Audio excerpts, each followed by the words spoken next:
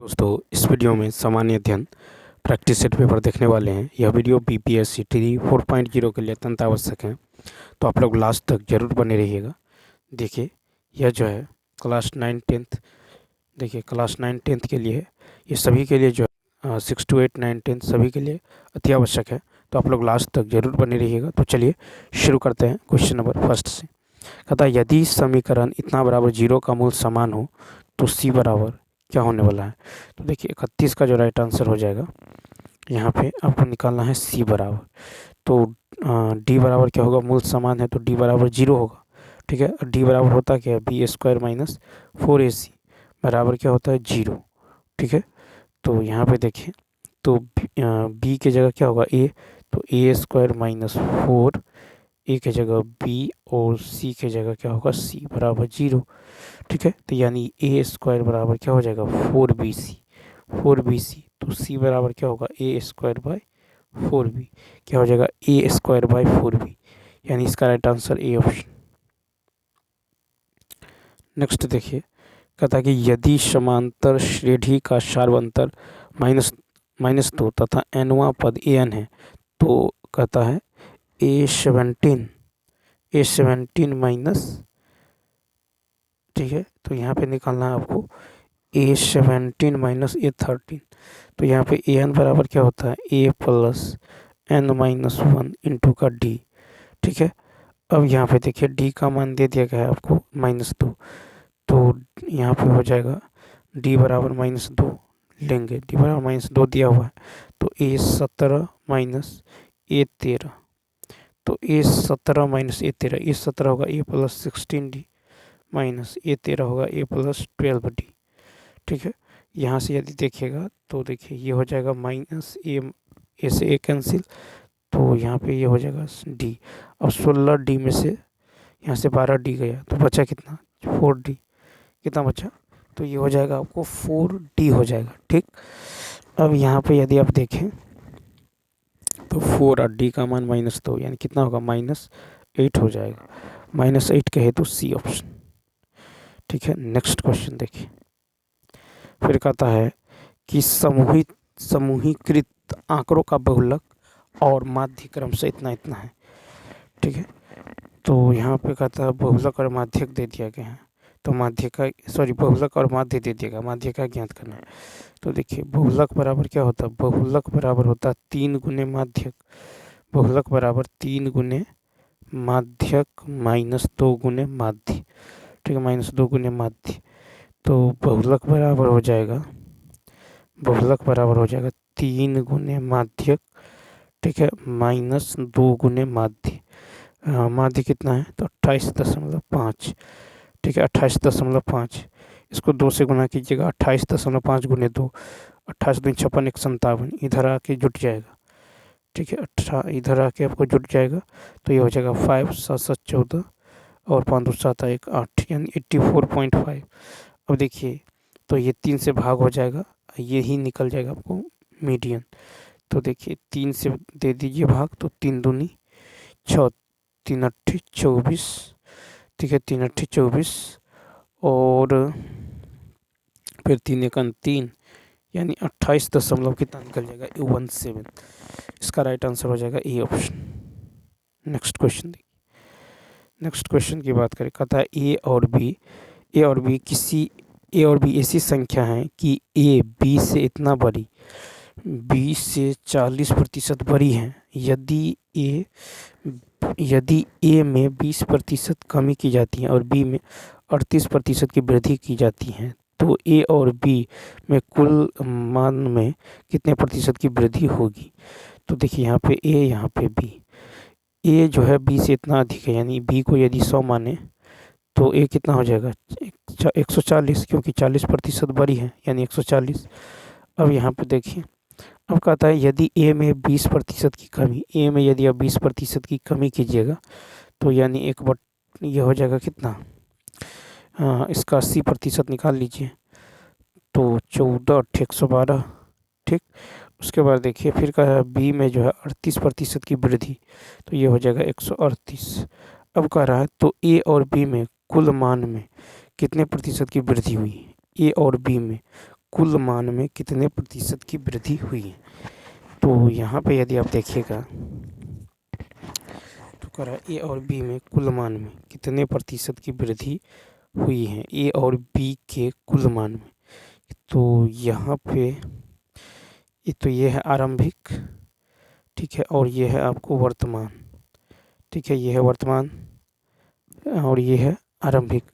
तो यहाँ से देखिए, यहाँ पे जो है वर्तमान में आरंभिक जो है कुल कितना है 240, ठीक है, और वर्तमान में कितना है टोटल, तो 8 और 2 10, ठीक है, 3 8 2 10, 3 4 1 5 1 1, तो यानी वर्तमान में हो जाए 250 है टोटल।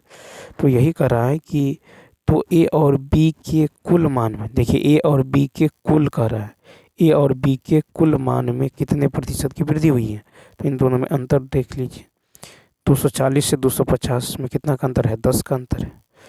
तो 200 ये किस पे है, तो 240 पे, तो अंतर गुना 100 बट्टा में जो है 10% वृद्धि हो रहा है, गुना में कम, तो ये 0 कट जाएगा।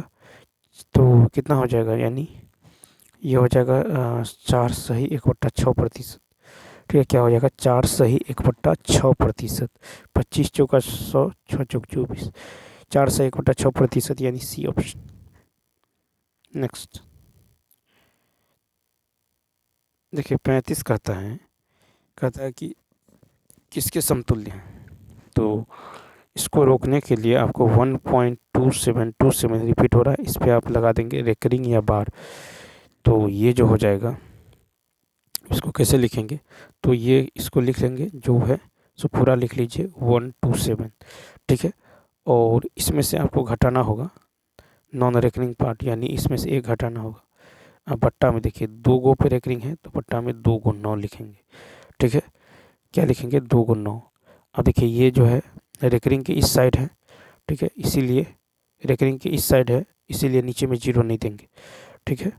अब देखिए क्या हो गया, तो ये हो जाएगा 126 बट्टा में 99, 126 बट्टा में 99, यानी 14 बट्टा में 11, ठीक है, यानी इसका राइट आंसर हो जाएगा बी ऑप्शन। क्या होगा, बी ऑप्शन। क्वेश्चन नंबर देखिए 36, देखिए 36 है कि 67 सेंटीमीटर त्रिज्या वाले एक वृत्त में एक चाप केंद्र पर 60 डिग्री का कोण बनाता है। त्रिज्यखंड का क्षेत्रफल, तो त्रिज्यखंड का क्षेत्रफल होगा थीटा बट्टा 360 गुने पाई आर स्क्वायर। थीटा है 60 बट्टा में 360 गुने पाई का मान 22/7, आर का मान कितना है 67, तो 67 गुने 67, ठीक है। कहता है कि 67 सेंटीमीटर त्रिज्या वाले एक वृत्त में, तो यहाँ पे जो है 67 नहीं है बल्कि 6 है, ठीक है, रेडियस क्या है, तो यहाँ पे देखिए रेडियस 6 दे दिया गया, ठीक है, तो ये कट जाएगा 6 मरतबे, ठीक है। उसके बाद यदि आप देखें ये 6 मरतबे कट जाएगा, फिर यहाँ पे रेडियस जो है ये 6 से 6 कट जाएगा, ठीक है, तो ये कितना हो जाएगा 6 दूनी 12, 6 दूनी 12 1 13, 132 बट्टा में 7, यानी 18, 18 7 126, तो 18.86, यानी ए ऑप्शन, ठीक है। नेक्स्ट क्वेश्चन देखिए, क्वेश्चन नंबर देखिए 37, कहता है कि ए त्रिभुज ए बी सी के शीर्ष बिंदु इतना इतना है, त्रिभुज का केंद्रक कहता है। तो त्रिभुज के केंद्रक का जो नियामक होता है ये होता है x1 plus x2 plus x3 बट्टा में 3 comma y1 plus y2 plus y3 बट्टा में 3।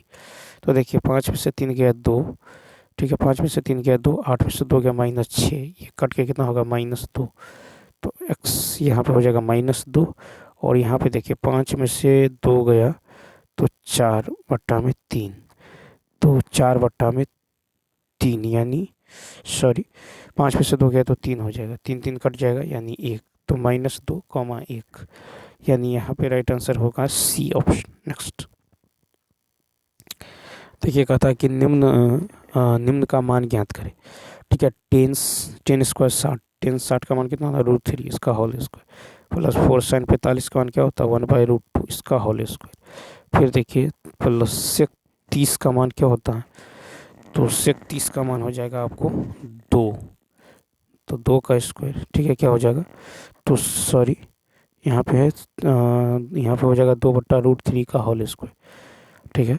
तो सेक 30 का मान हो जाएगा 2/√3 का होल स्क्वायर प्लस 5 cos 90 यानी 0 का स्क्वायर, ठीक है। नीचे में यदि देखिएगा तो नीचे में हो जाएगा सेक 30, क्या हो जाएगा, तो सेक 30 हो जाएगा आपको 2 और सेक 60 हो जाएगा 2, कॉट 30 हो जाएगा आपको √3 का होल स्क्वायर, ठीक है।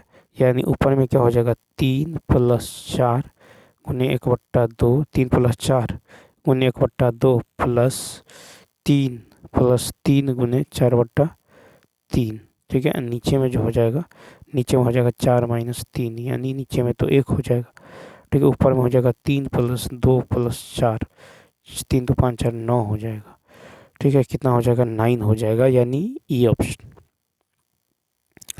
देखिए कहता है कि किस बैंक के द्वारा दृष्टिबाधित ग्राहकों के लिए विशेष ब्रेल जो है डेबिट कार्ड, ठीक है, ब्रेल डेबिट कार्ड लॉन्च किया गया है। तो यहाँ पे जो राइट आंसर होने वाला है ये हो जाएगा A option, Punjab national bank. तो देखिए पंजाब नेशनल बैंक के द्वारा दृष्टिबाधित ग्राहकों के लिए जो विशेष ब्रेल डेबिट कार्ड लॉन्च किया गया है, ठीक है।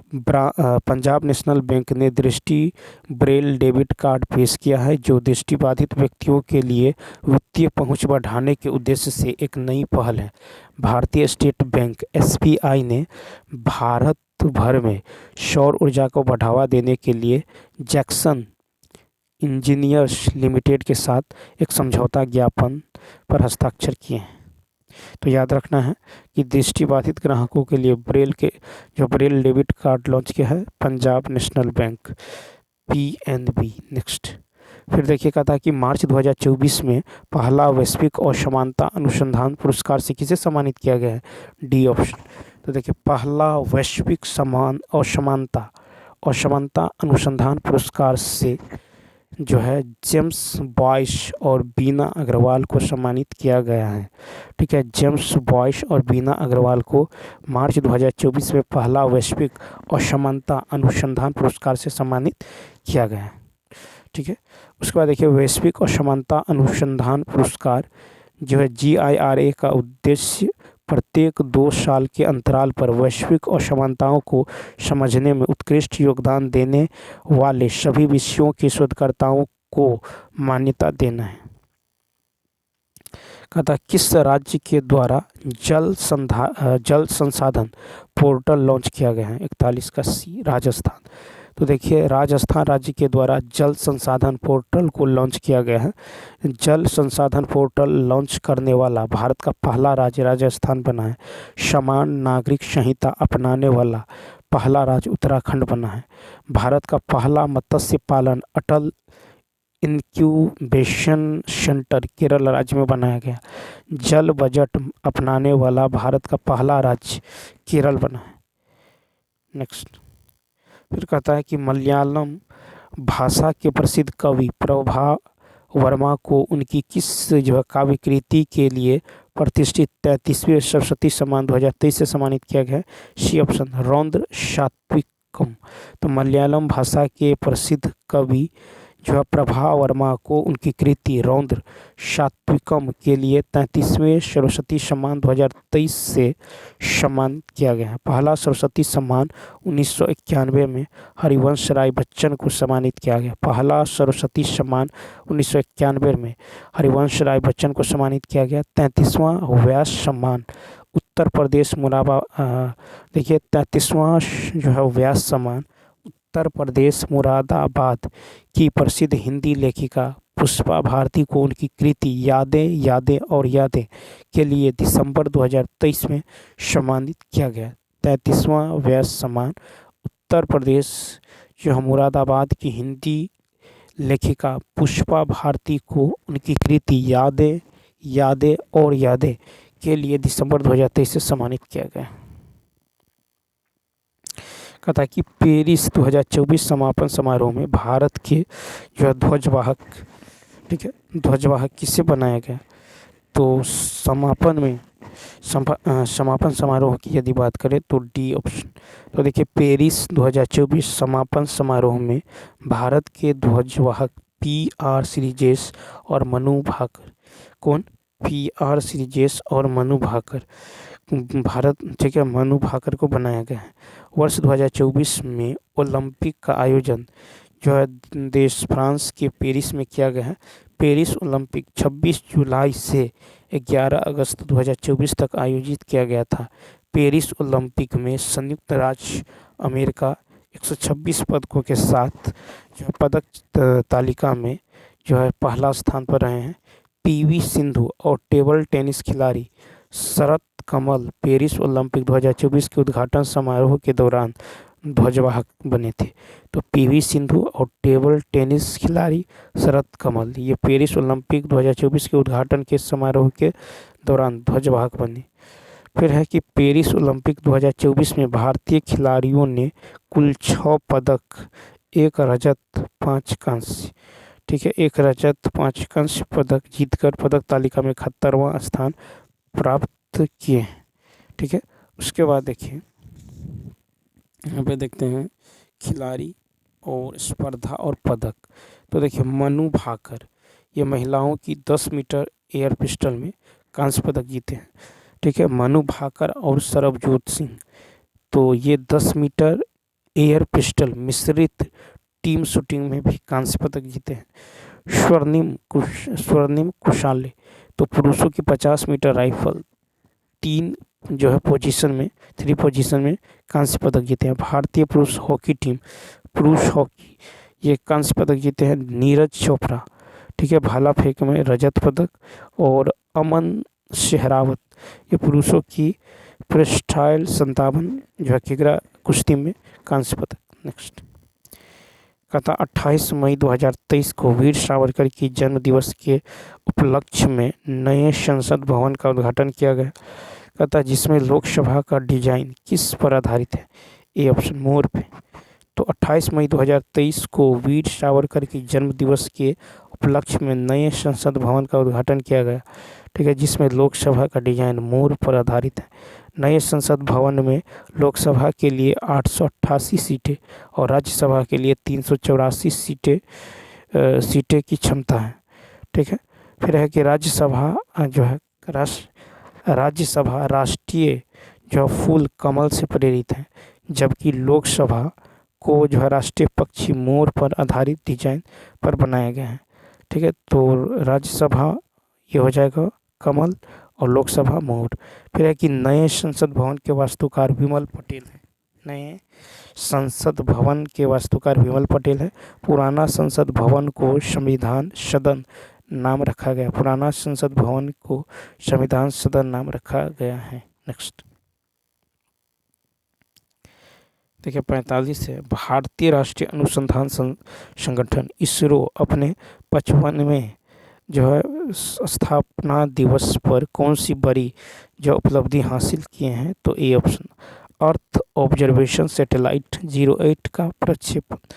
तो भारतीय अंतरिक्ष अनुसंधान संगठन इसरो अपने 55वें जो स्थापना दिवस पर अर्थ ऑब्जर्वेशन सैटेलाइट 08 का प्रक्षेपण किया है। अर्थ ऑब्जर्वेशन सैटेलाइट 08 का ऑब्जर्वेशन किया है। इसरो ने 16 अगस्त को श्रीहरिकोटा के सतीश धवन अंतरिक्ष केंद्र से लघु उपग्रह प्रक्षेपण यान, ठीक है, T3 के जरिए EOS-8 पृथ्वी अवलोकन उपग्रह प्रक्षेपण किए हैं। इसरो का गठन 15 अगस्त 1969 को हुआ। नेक्स्ट फिर कहता है कि विश्व कबड्डी दिवस कब मनाया जाता है? बी ऑप्शन 24 मार्च। तो 24 मार्च को विश्व कबड्डी दिवस मनाया जाता है। बांग्लादेश का राष्ट्रीय खेल कबड्डी है। बांग्लादेश का राष्ट्रीय खेल क्या है? तो कबड्डी है। वर्ष 2024 में जो है ग्रह बनाम प्लास्टिक थीम जो है ग्रह बनाम प्लास्टिक थीम विषय के साथ 22 अप्रैल को पृथ्वी दिवस मनाया गया। ठीक है, 2024 में ग्रह बनाम प्लास्टिक। फिर है कि 31 अक्टूबर को राष्ट्रीय एकता दिवस सरदार वल्लभ भाई पटेल की जयंती के उपलक्ष्य में मनाया जाता है। पंडित दीनदयाल के जयंती के उपलक्ष्य में समर्पण दिवस 11 फरवरी को मनाया जाता है। मेजर ध्यानचंद की जयंती के उपलक्ष्य में राष्ट्रीय खेल दिवस 29 अगस्त को मनाया जाता है। तो विश्व कबड्डी दिवस कब मनाया जाता है? 24 मार्च को। विश्व कबड्डी दिवस कब मनाया जाता है? 24 मार्च को विश्व कबड्डी दिवस मनाया जाता है। बांग्लादेश का राष्ट्रीय खेल कबड्डी। फिर कहता है कि किस घटना ने ब्रिटिश प्रधानमंत्री क्लीमेट इटली को सदमा पहुंचाया, जिसने घोषणा की कि ब्रिटिश साम्राज्य की इमारत को एक बड़ा झटका लगा है? तो सी ऑप्शन, आज़ाद हिंद फौज का सैन्य अभियान और शाही भारतीय जल सेना का विद्रोह। तो आज़ाद हिंद फौज का सैन्य अभियान और शाही भारतीय जल सेना का विद्रोह में ब्रिटिश प्रधानमंत्री क्लीमेट इटली को सदमा पहुंचा, जिसने घोषणा की कि ब्रिटिश साम्राज्यवाद की इमारत को एक बड़ा झटका लगा। ठीक है। फिर रासबिहारी बोस ने जापान में इंडियन इंडिपेंडेंस लीग की स्थापना का प्रयास की। 18 से 30 मार्च 1942 को टोक्यो में भारतीयों का एक सम्मेलन आयोजित हुआ। इस टोक्यो सम्मेलन में कैप्टन मोहन सिंह, रासबिहारी और घोष एवं निरंजन सिंह गिल के सहयोग से भारतीय राष्ट्रीय सेना का गठन किया गया। आज़ाद हिंद फौज की प्रथम डिवीजन की स्थापना कैप्टन मोहन सिंह के नेतृत्व में किया गया। 23 जून 1942 को बैंकॉक में एक भारतीयों का सम्मेलन रासबिहारी बोस की अध्यक्षता में हुई। इस बैंकॉक सम्मेलन में इंडियन इंडिपेंडेंस लीग की स्थापना की गई और सुभाष चंद्र बोस को जो पूर्वी एशिया बुलाने का निर्णय लिया गया। 4 जुलाई 1943 को सुभाष चंद्र बोस को इंडियन इंडिपेंडेंस लीग के सुपर कमांडर बनाया गया। ठीक है। उसके बाद देखिए 21 अक्टूबर 1945 को सुभाष चंद्र बोस ने सिंगापुर में अस्थायी सरकार की घोषणा की। सुभाष चंद्र बोस सिंगापुर के केतोहाल में अस्थायी सरकार की घोषणा की। अस्थायी सरकार का राष्ट्रपति, प्रधानमंत्री और सेनाध्यक्ष जो है सुभाष चंद्र बोस स्वयं थे। फिर जापान, जर्मनी, इटली, चीन, कोरिया, फिलीपींस, ठीक है, मांचूरिया, आयरलैंड आदि देशों ने अस्थायी सरकार को मान्यता दे दी। 18 फरवरी 1946 को शाही नौसेना का विद्रोह आरंभ हुआ।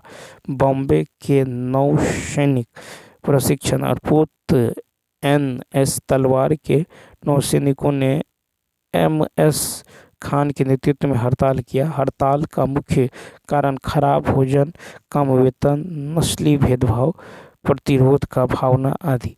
विद्रोहियों ने यूनियन जैक उतारकर उसके स्थान पर कांग्रेस, मुस्लिम लीग और कम्युनिस्ट पार्टी का झंडा फहराया। 22 फरवरी 1946 को बॉम्बे में हड़ताल हुआ, जिसमें लगभग 2 लाख मजदूरों ने नौसेना के विद्रोह का समर्थन किया था। यह नौसेना विद्रोह तेजी से जब फैलने लगा, अंततः वल्लभ भाई पटेल और मोहम्मद अली जिन्ना की अपील में नौसैनिक विद्रोह का समाप्त हुआ। नेक्स्ट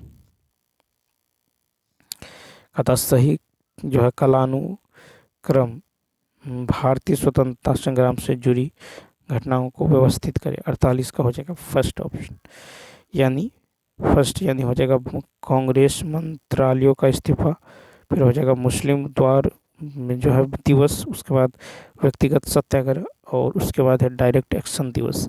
तो भारतीय स्वतंत्रता संग्राम में जो है पहले कांग्रेस मंत्रालयों का इस्तीफा, ठीक है, इस्तीफा। उसके बाद है मुस्लिम जो है उद्धार दिवस। फिर है व्यक्तिगत सत्याग्रह, डायरेक्ट एक्शन। 29 से 30 अक्टूबर 1939 को कांग्रेस कार्य समिति के आदेश पर 8 प्रांतों में कांग्रेस मंत्रिमंडल ने इस्तीफा दे दिया। मुस्लिम लीग ने 22 दिसंबर 1939 को जो मुक्ति दिवस तथा डॉक्टर BR अम्बेडकर धन्यवाद दिवस के रूप में मनाया। ठीक है। तो यहाँ पे देखिए 29 से 30 अक्टूबर 1939 को, तो 1939 को कांग्रेस मंत्रालयों द्वारा इस्तीफा।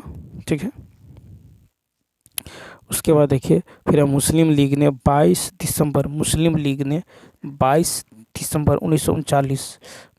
1939 को मुक्ति दिवस तथा बी.आर. अम्बेडकर धन्यवाद दिवस के रूप में मनाया।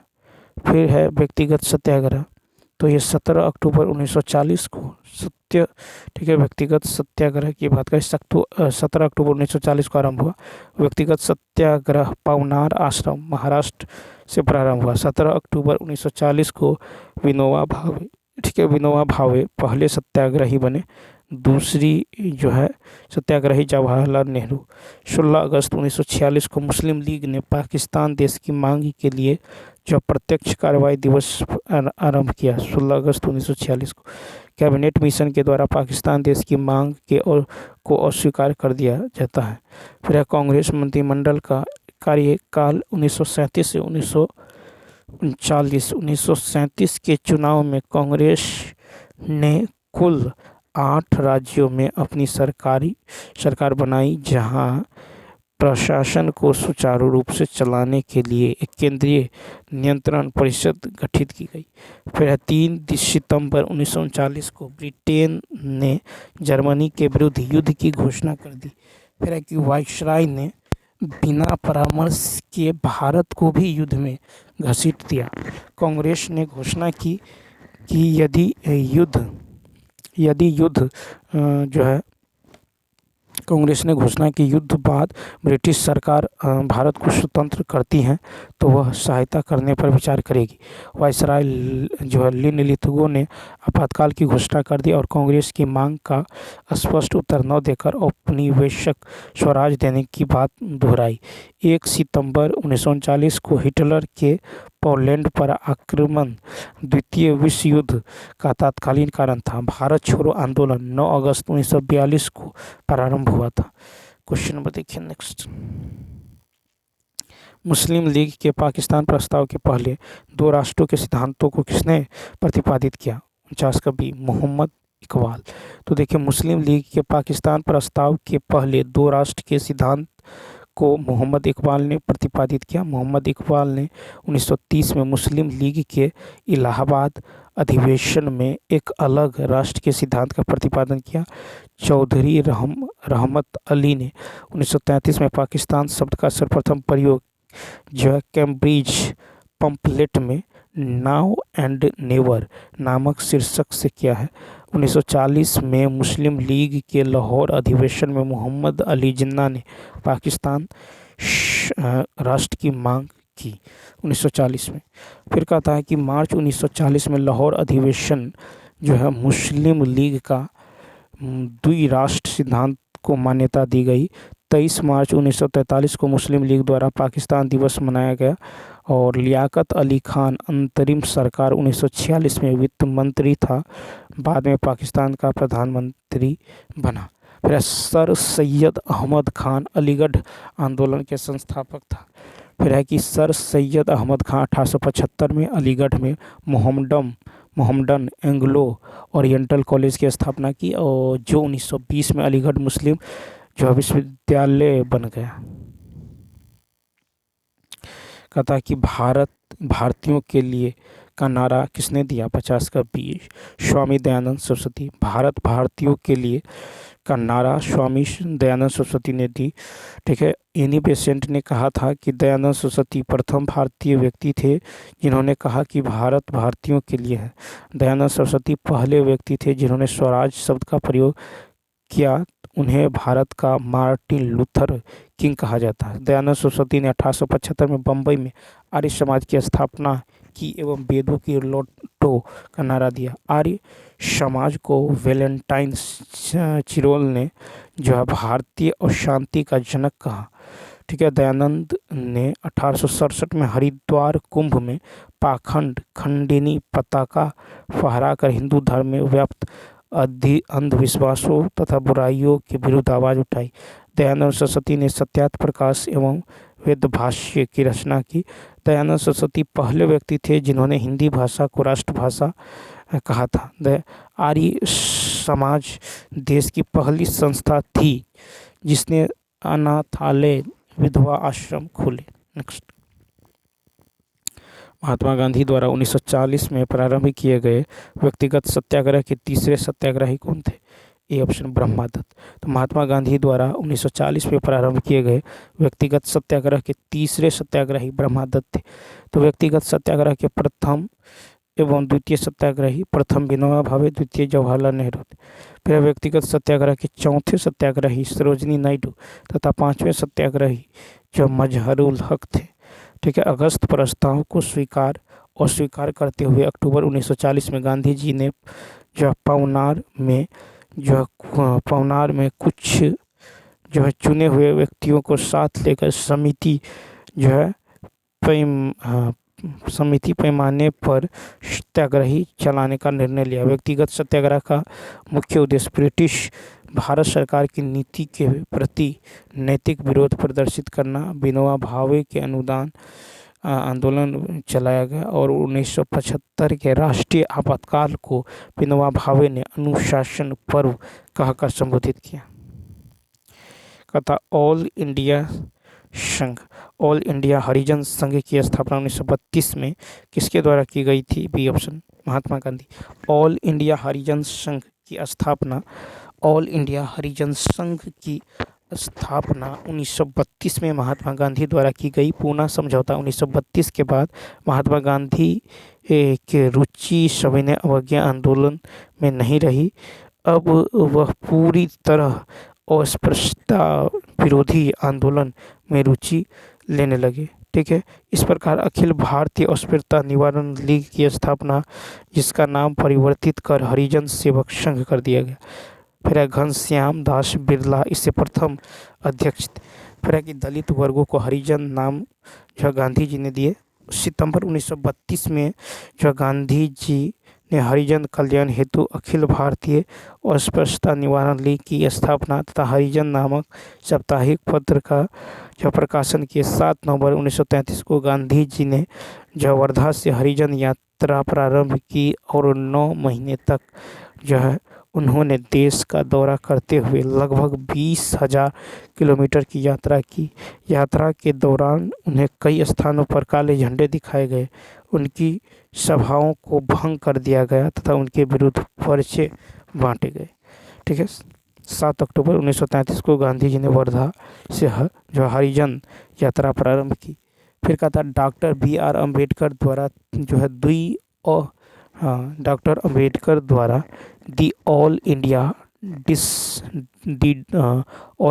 डिप्रेस्ड क्लास फेडरेशन की स्थापना की गई, यानी दलित वर्गों का संघ। नेक्स्ट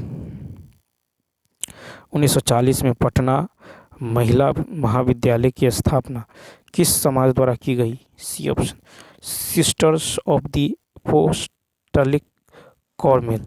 तो देखिए 1940 में पटना महिला जो है महाविद्यालय की स्थापना sisters of the apostolic Carmel द्वारा की गई थी। यह बिहार में महिलाओं की शैक्षिक आवश्यकताओं को पूरा करने के लिए खोला गया। फिर है कि उच्च शिक्षा का पहला संस्थान था।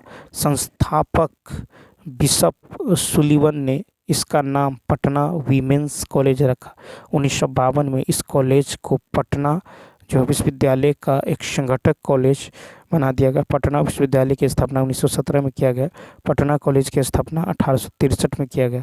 संत जेवियर महाविद्यालय भारतीय राज्य झारखंड की राजधानी रांची में स्थित एक महाविद्यालय है।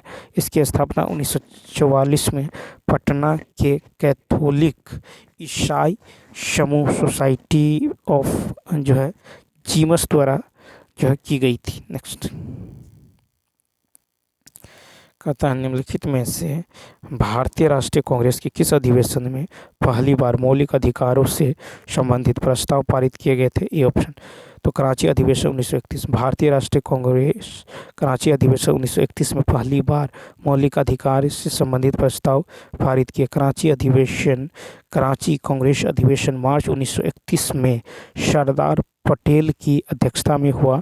कराची कांग्रेस अधिवेशन में मौलिक अधिकार और आर्थिक अधिकार जो संबंधित प्रस्ताव पारित किया गया।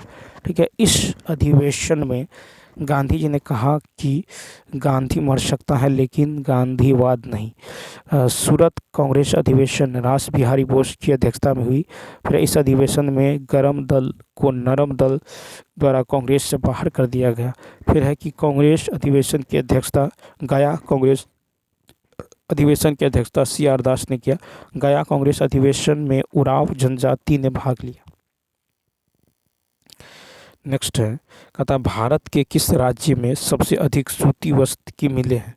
तो बी ऑप्शन महाराष्ट्र।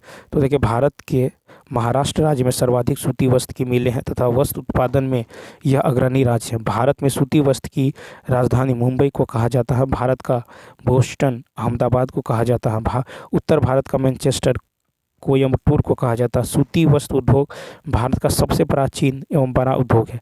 आधुनिक ढंग की सूती वस्त्र की पहली मिल की स्थापना 1818 में कलकत्ता के समीप फोर्ट ग्लाइटर में की गई थी, किंतु यह असफल रही। सबसे पहला सफल आधुनिक कारखाना 1854 में बम्बई में जो है कवास जी डाबर द्वारा खोला गया, जिसमें 1856 में उत्पादन प्रारंभ हुआ। नेक्स्ट है कि कौन सी नदी फतुहा के पास गंगा में मिलती है? तो पुनपुन। तो पुनपुन नदी फतुहा के पास गंगा में मिलती है। पुनपुन नदी पलामू झारखंड की चौराहा पहाड़ी से निकलती है। पुनपुन नदी पटना जिले के फतुहा के समीप गंगा नदी में मिल जाता है। पुनपुन नदी की कुल लंबाई लगभग 200 किलोमीटर है। मोरहर व राम रेखा पुनपुन की सहायक नदी है। सोन नदी अमरकंटक की पहाड़ियों से निकलती है। सोन नदी पटना के पास गंगा नदी में मिल जाती है। फिर कन्याकुमारी से सटी पहाड़ियाँ हैं, सी ऑप्शन। कार्डेमम पहाड़ियाँ, तो कार्डेमम पहाड़ियाँ कन्याकुमारी से सटी पहाड़ियाँ हैं। कार्डेमम की पहाड़ियाँ केरल व तमिलनाडु राज्य में विस्तृत हैं। ये पहाड़ियाँ चाय और इलायची के उत्पादन के लिए प्रसिद्ध हैं।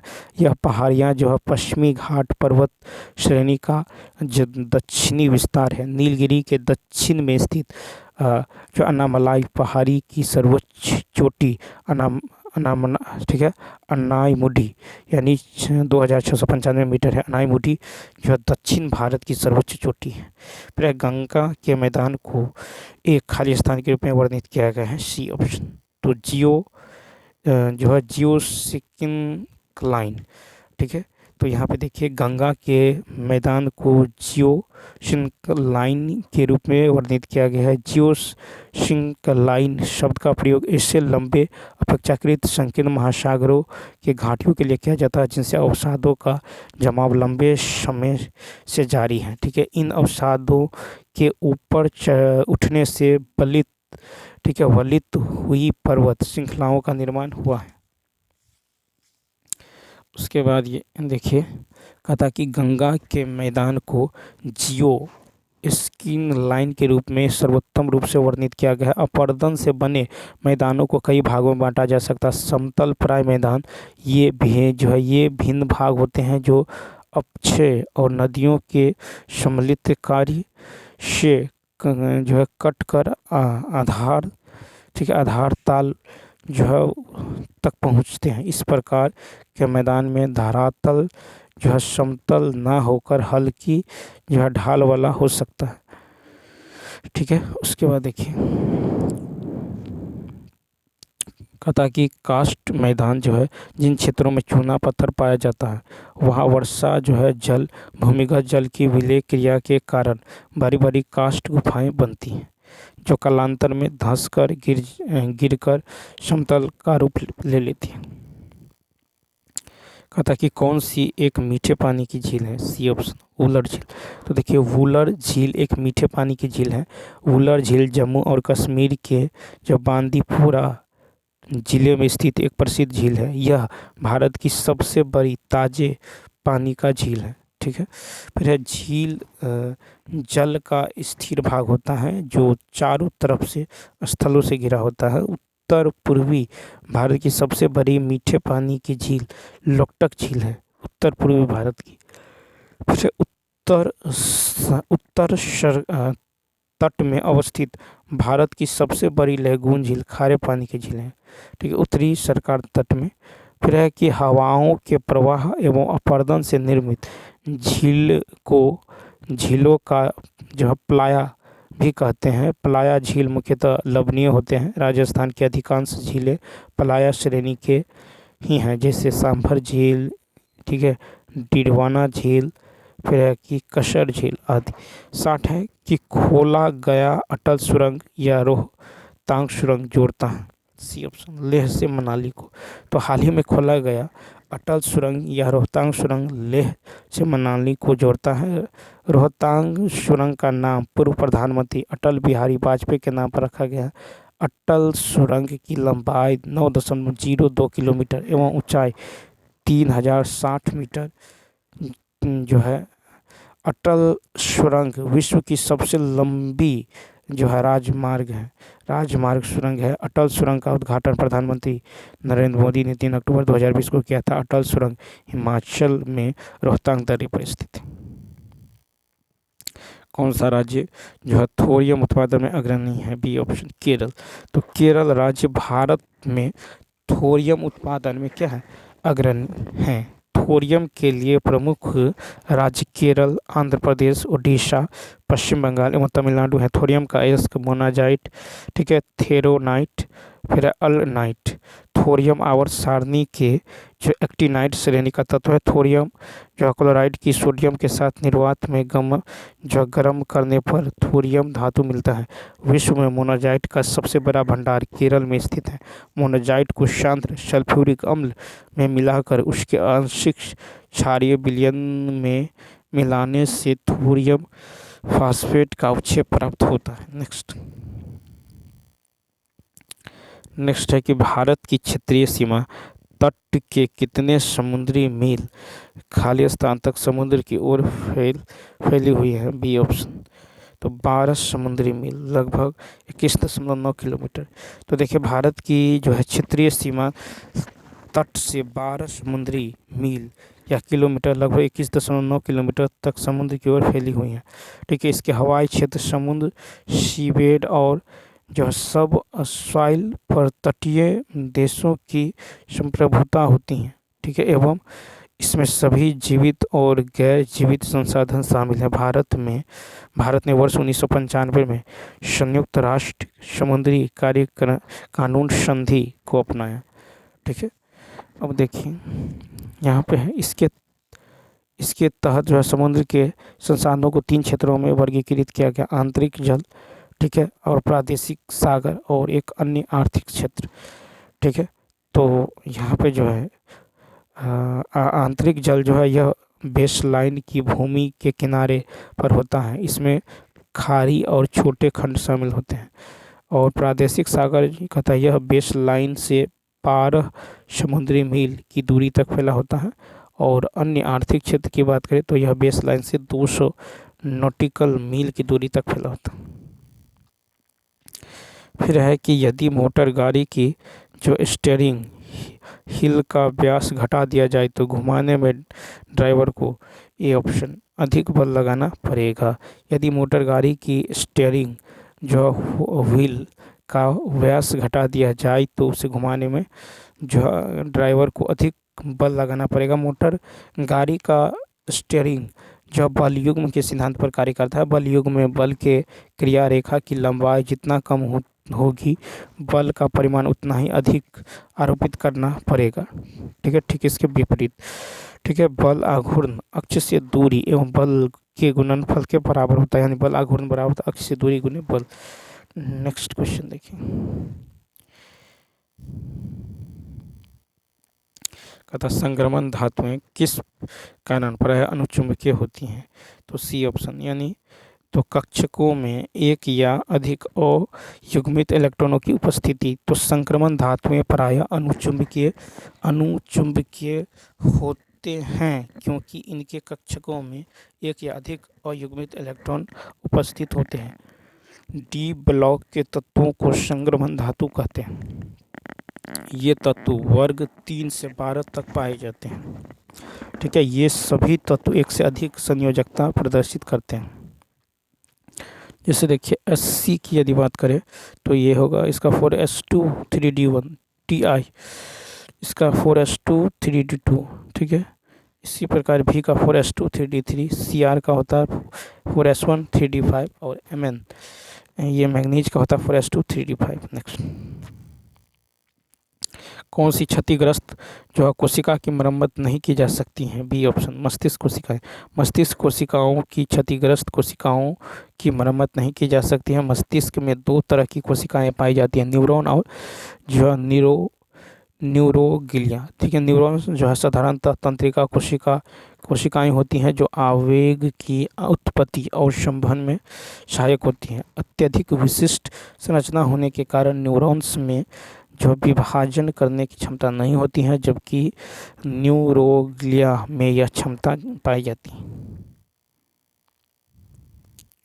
नेक्स्ट है कि धारावाही वृत्ताकार जो पास के चारों ओर चुंबकीय क्षेत्र रेखाएं होती हैं। 66 का सी संकेंद्रित वृत्त। तो धारावाही वृत्ताकार जो है पास के चारों ओर चुंबकीय क्षेत्र रेखाएं संकेंद्रित जो वृत्त होती हैं, ठीक है। क्या होती है? संकेंद्रित वृत्त होती है। यानी dB बराबर होता है mu 0 4 pi into ideal sine theta बट्टा में r², ठीक है। तो केंद्र पर, ठीक है, तो केंद्र पर जो उत्पन्न जो कुल चुंबकीय क्षेत्र होता है ये होता है आपको अल्फा 0 I बट्टा में 2r, ठीक है।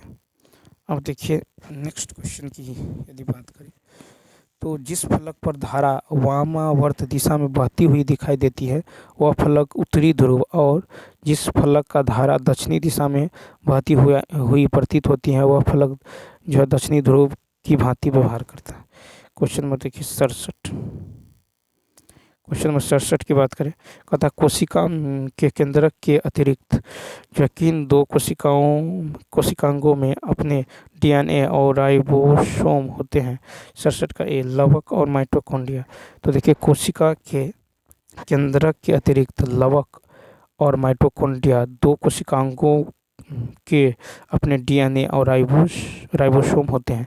यूकैरियोटिक कोशिकाओं के कोशिका द्रव में अनेक सूक्ष्म गोलाकार छड़ या कण के आकार की संरचनाएं पाई जाती हैं जिन्हें माइटोकॉन्ड्रिया कहते हैं। माइटोकॉन्ड्रिया बैक्टीरिया तथा नीले हरे शैवाल की कोशिकाओं को छोड़कर पौधों तथा जंतुओं की समस्त जो है जीवित कोशिकाओं में पाए जाते हैं। कोशिका में सबसे बड़ा कोशिकांग गोल्गी है। माइटोकॉन्ड्रिया को कोशिका का पावर हाउस कहते हैं। राइबोसोम की खोज पैलेड ने किया था। राइबोसोम RNA एवं प्रोटीन के बने होते हैं, ठीक है। लाइसोसोम को आत्महत्या की थैली कहते हैं। नेक्स्ट, फिर कहता है कि कौन सी अभिक्रिया द्विविस्थापन अभिक्रिया का एक उदाहरण है? B option Na2SO4 plus BaCl2 ये बनाएगा BaSO4 प्लस 2NaCl। ये द्विविस्थापन अभिक्रिया का एक उदाहरण है जिस अभिक्रिया में एक नए उत्पाद के निर्माण के लिए दो अभिकारकों परमाणु या परमाणुओं के बीच आयनों का आदान प्रदान होता है, ठीक है। जैसे AgNO3 प्लस NaCl ये बनाएगा AgCl प्लस NaNO3। BaCl2 ये प्लस CuSO4 ये बनाएगा BaSO4 plus CuCl2। H2S plus CuSO4 ये बनाएगा CuS प्लस H2SO4। नेक्स्ट, फिर कहता है कि क्या ग्लोबल वार्मिंग का कारण है? तो 69 का ए, तो वायु में CO2 के प्रतिशत में वृद्धि। तो वायु में कार्बन डाइऑक्साइड के प्रतिशत में वृद्धि ग्लोबल वार्मिंग का कारण है। ग्लोबल वार्मिंग का कारण अधिक जो वनों की कटाई, क्लोरोफ्लोरोकार्बन, जंगल में आग लगना, कारखानों की बढ़ती संख्या, ग्रीन हाउस प्रभाव, और ग्लोबल वार्मिंग का प्राकृतिक कारण है ज्वालामुखी का फटना और जलवाष्प।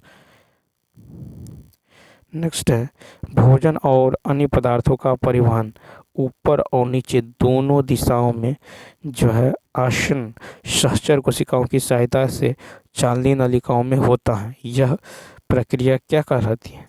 70 का ए यानी स्थानांतरण। तो भोजन और अन्य पदार्थों का परिवहन ऊपर और नीचे दोनों दिशाओं में आसन सहचर कोशिकाओं की सहायता से चालनी नलिकाओं में होता है। यह प्रक्रिया स्थानांतरण कहलाती है। जाइलम में खनिज पदार्थों का परिवहन नलिकाओं एवं वाहिकाओं के माध्यम से होता है। फ्लोएम में भोजन का परिवहन जो है चांदनी नलिकाओं एवं जो है सहायक कोशिकाओं के माध्यम से होती है। जाइलम में एक दिशीय परिवहन होता है। पौधे के वायवीय जीवित भागों से जो है वाष्प के रूप में होने वाली जल की हानि वाष्पोत्सर्जन कहलाती है। वाष्पोत्सर्जन का मुख्य अंग पौधे की पत्तियां होती हैं। तो चलिए दोस्तों, इस वीडियो में इतना ही। यदि यह वीडियो अच्छा लगा हो तो लाइक, शेयर और सब्सक्राइब करना न भूलें। Thanks for watching.